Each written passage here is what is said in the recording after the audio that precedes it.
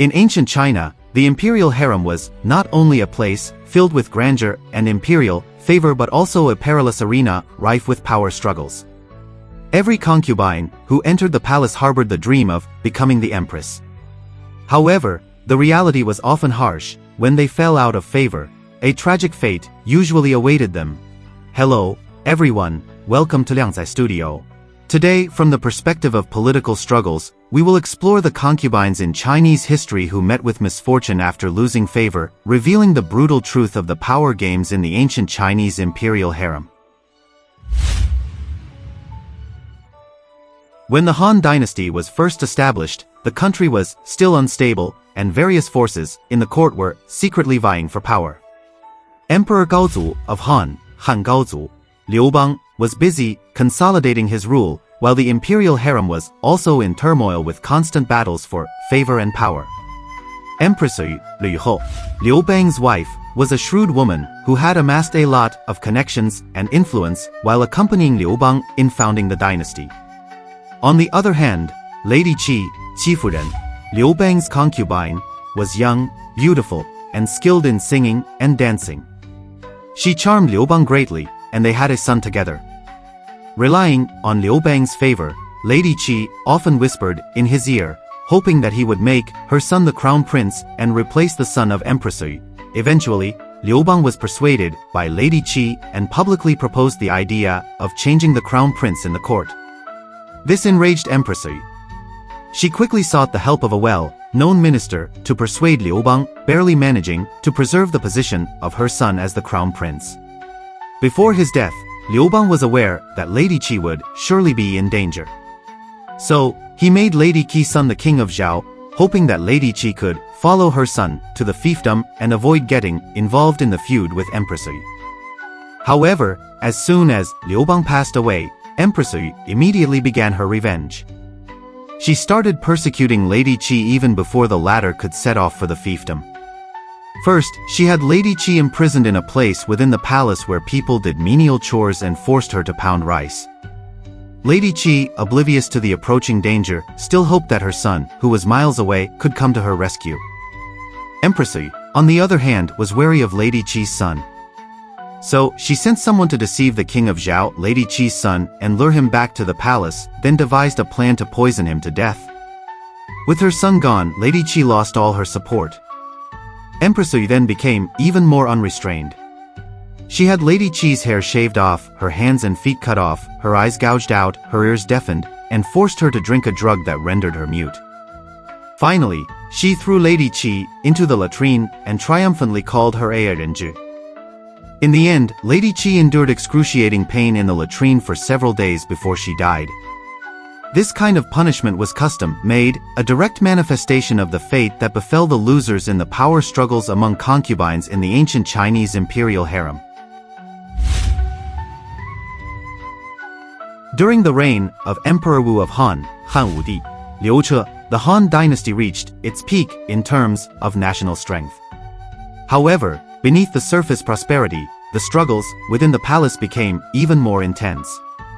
In the harem, the emperor's favor was the guarantee of a concubine status, and the competition between new and old concubines never ceased.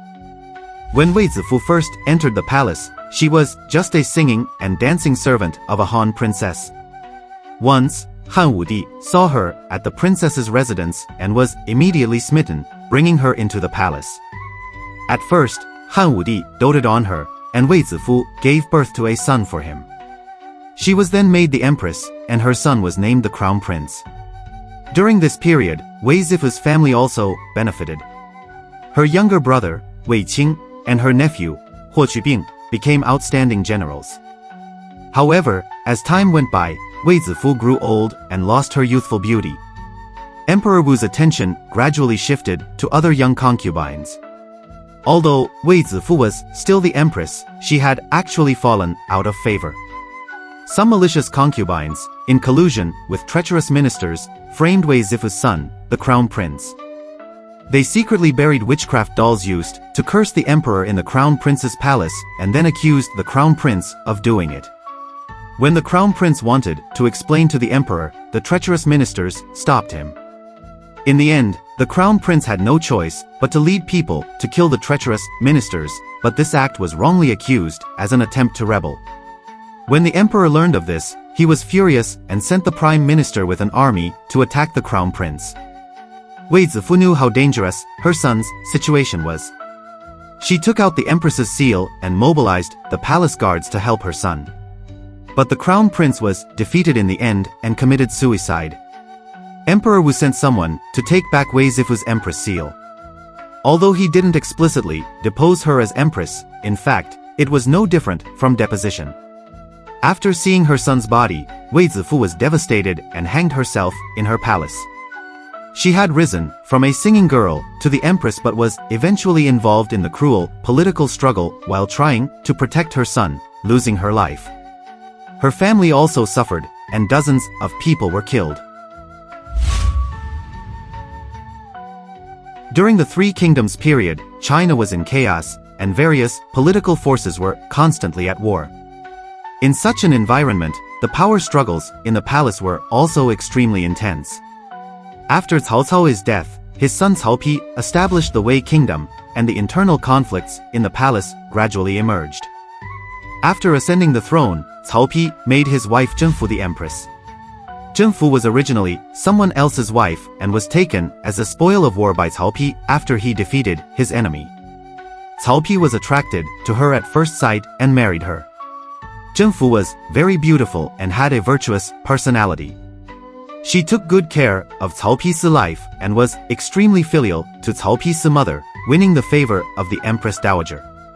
After Cao Pi became emperor, he made her the empress, and they had a son, Cao Rui, and a daughter. However, over time, Cao Pi fell in love with other concubines, especially Guo Nuwang. Guo Nuwang was very scheming. When she noticed that Jung Fu occasionally complained after losing favor, she went to Cao Pi and exaggerated the situation. Gradually, Cao Pi became more and more distrustful of Jung Fu and even began to dislike her. In 221 AD, Cao Pi sent someone to give Jung Fu poison and ordered her to commit suicide. What's more, when burying her, Cao Pi had her hair disheveled to cover her face and stuffed her mouth with chaff. It was said that this was to prevent her from complaining in the afterlife. After Jung Fu's death, her son Cao Rui later became emperor. He posthumously honored his mother as Empress Wenzhao and built a magnificent temple to commemorate her. But what was the use? Jung Fu died wrongfully, and her experience was a true portrayal of a poor woman caught in the power struggles of the harem. These stories of disfavored concubines are all deeply saddening. Once they were young girls full of expectations for the future. They gained the emperor's favor because of their beauty or talent and enjoyed a glorious moment. However, in the cruel power struggles of the imperial palace, no matter how deep the affection or how high the status, they could not withstand the slightest turmoil. Once they lost favor, they became victims of power struggles. Well, that's all for today's program. Welcome to leave comments in the comments section or tell me what you like. Goodbye.